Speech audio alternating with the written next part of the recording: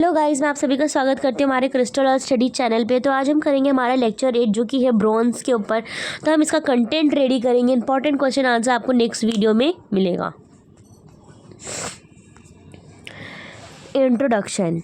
Metal casting is an ancient art of Indian people of the Indus valley civilization who knew the art of metal casting very well. तो जो metal casting है वो कहीं ना कहीं पहले से इंडियन आर्ट में बहुत ज़्यादा फेमस था और इसे इंडस वैली सिविलाइजेशन में भी जाना माना गया है। Bronze sculpture of the dancing girl found in Mohenjodaro is an example. तो जो मेटल कास्टिंग है, जो मोहनजोदाड़ो के बारे में आप जानते होंगे कि मोहनजोदाड़ो में बहुत सारा की एक्सक्यूवेशंस हुई थी और डांसिंग गर्ल जो है वो एक ऐसा मतलब कि स्कल्पचर है जो कि ब्रॉन्ज से बना हुआ है जिस पे मेटल कास्टिंग करी गई है। वो मोहनजोदाड़ो का एक बेस्ट एग्जाम्पल भी रहा है।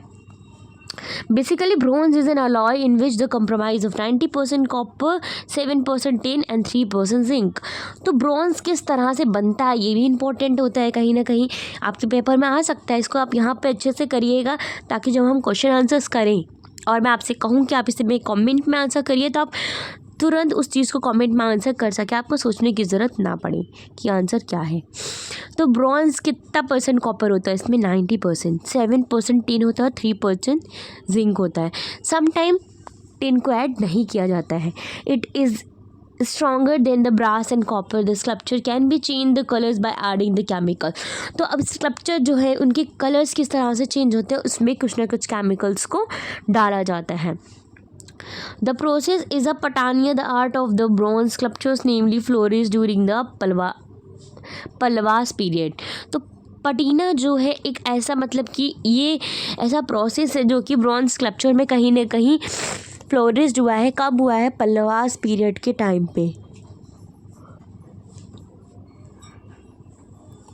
और ये कहीं ना कहीं अपनी इतनी मतलब इसका पहचान हो जाता है, इतना ही फैल जाता है कि चोलास पीरियड तक पे भी उनकी रीच होती है। At that time most of the bronze were brought from the. तो पहले क्या होता था कि जो ब्रॉन्ज होता था ना वो कहीं ना कहीं से लाया जाता था, जैसे कि चोलास, तमिलनाडु, तुंजबियर, मतलब ऐसी जगहें हैं जहाँ से ब्रॉन्ज को लेकर आया जाता था। और अब क्या होता है, अब ब्रॉन्ज खुद हम बना सकते हैं।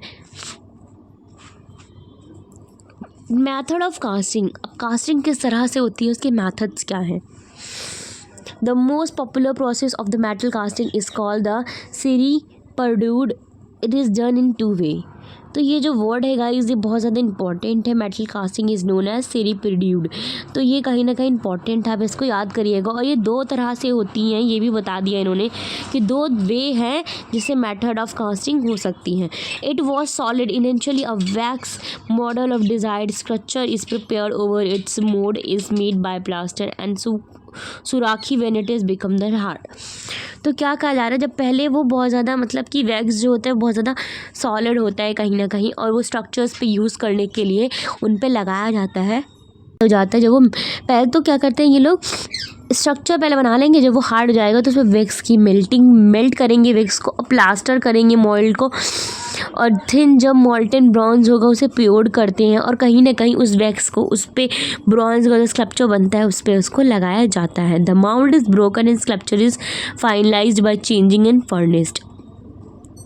तो उसको सॉलिडिफिकेशन करा जाता है किसका? ब्रॉन्ज का। और जो माउल्ड होता है तब वो तोड़ा जाता है, उसमें से स्कल्पचर निकलता है बहुत ज़्यादा फाइनलाइज्ड होके और फर्नेस्ड होके, मतलब बहुत ही अच्छे तरीके से वो बन के निकलता है। सेकेंड वे क्या है? सेकेंड वे होता है कि वो हॉलो ब्रॉन्ज कास्टिंग होता है। एक वो देखा है आपने फॉइल पेपर का जो बॉक्स होता है, तो वो उस तरह का कुछ होता है और उसी तरह का हॉलो होता है उसके अंदर भी, और उस पर कास्टिंग की जाती है। और sculpture is made and is done by the model of desired coating with layer. और उस पर क्या कहा जाता है, बार बार ना वैक्स की कोटिंग करी जाती है ताकि वो बहुत ज़्यादा हार्ड हो सके। और फिर उसके बाद कवर करा जाता है उसको एक thin layer of fine clay से उसको कवर करा जाता है। जब वो सूख जाता है तो वो एक मतलब थिक हो जाता है, आउटर शेल उसका बहुत ज़्यादा थिक हो जाता है और वो बहुत अच्छी तरीके से बन जाता है। This is called the negative. When the negative is heat, wax comes out through the opening living and space between the day and the model of the.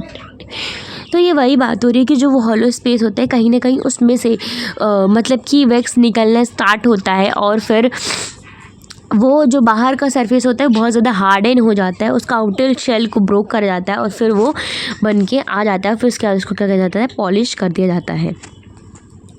तो गाइज़ यही था आपका मेथड ऑफ कास्टिंग में। ऐसा कुछ भी खास नहीं है और मुझे नहीं लगता कि आपके एग्ज़ाम में आएगा, बट हाँ आ भी सकता है। मैं ये नहीं कहूँगी कि नहीं ही आएगा, आ सकता है। रीड करके जाइएगा कि कैसे होता है मेथड 2 वे से होता है। सेरीप्यूडा मैंने बताया उसका नाम है। मेथड ऑफ कास्टिंग का 2 तरीके से होता है, एक सॉलिड होता है और एक तरह से विक्स को लिक्विड करके फिर उसको माउल्ड करके उसके ऊपर लगाया जाता है। तो 2 मेथड हो गए, ठीक है।